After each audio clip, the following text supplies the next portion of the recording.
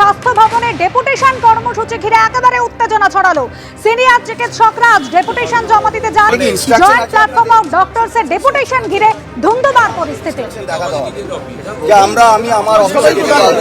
আমি একটা কলেজে হেড অফ দ্য ডিপার্টমেন্ট, এটা আমাদের অফিস।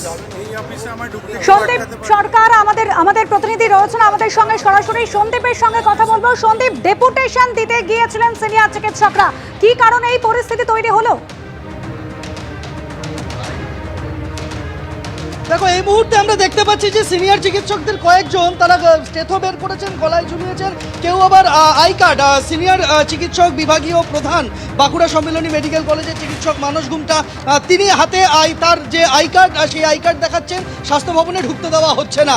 আজকে স্বাস্থ্য ভবনে তাদের ডেপুটেশন কর্মসূচি ছিল জয়েন্ট প্ল্যাটফর্ম অফ ডক্টরসের তরফে।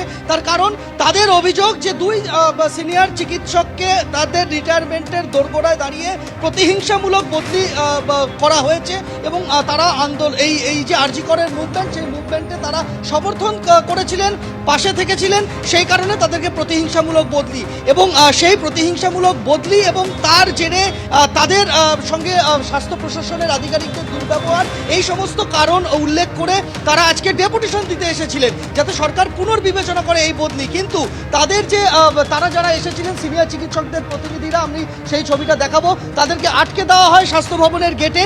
এবং স্বাস্থ্য ভবনের গেটে শুধু আটকে দেওয়াই নয়, তাদেরকে জানানো হয় যে কোনো রকম জমায়েত করা যাবে না। তার কারণ ঠিক দুদিন আগে আমরা দেখতে পাচ্ছি যে স্বাস্থ্য ভবনের গেটে 163 ধারার নোটিশ টাঙানো হয়েছে, যে 163 ধারা 17ই নভেম্বর থেকে 15ই জানুয়ারি পর্যন্ত বলবৎ রয়েছে। অর্থাৎ 2 মাস স্বাস্থ্য ভবনে 144 ধারা বা বর্তমানে যেটা 163 ধারা, তাই আপনাদের ঢুকতে দেওয়া হচ্ছে না।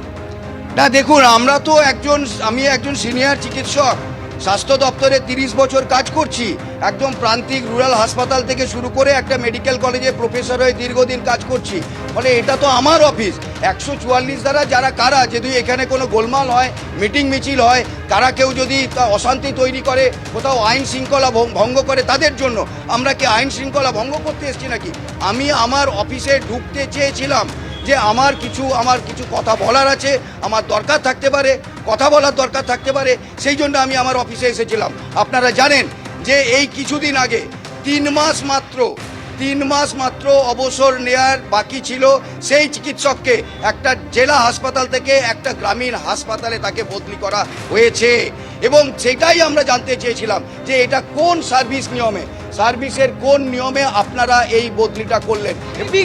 সেই দাবি জানাতে তারা এসেছিলেন, সেই কারণে তারা ডেপুটেশন দিতে এসেছিলেন। কিন্তু তাদেরকে আটকে দেওয়া হয় স্বাস্থ্য ভবনের গেটে। এবং যখন এই বিক্ষোভ চলছে, পুলিশ বাহিনী তাদের আটকেছে, ঠিক সেই সময় স্বাস্থ্য সচিব নারায়ণ স্বরূপ নিগম, তার গাড়ি বিক্ষোভের মুখে আটকে পড়ে এবং যদিও তার কিছুক্ষণ পর স্বাস্থ্য সচিব স্বাস্থ্য ভবন ছেড়ে বেরিয়ে যান। পুলিশের তরফ থেকে বলে দেওয়া হয় যে এই 163 ধারার নোটিশ রয়েছে, 163 ধারা জারি রয়েছে, যে কারণে কিন্তু সিনিয়র চিকিৎসকদের বলে দেওয়া হয়েছে এখানে কোনো রকম ডেপুটেশন দেওয়া যাবে না, জমায়েত করা যাবে না। ধন্যবাদ।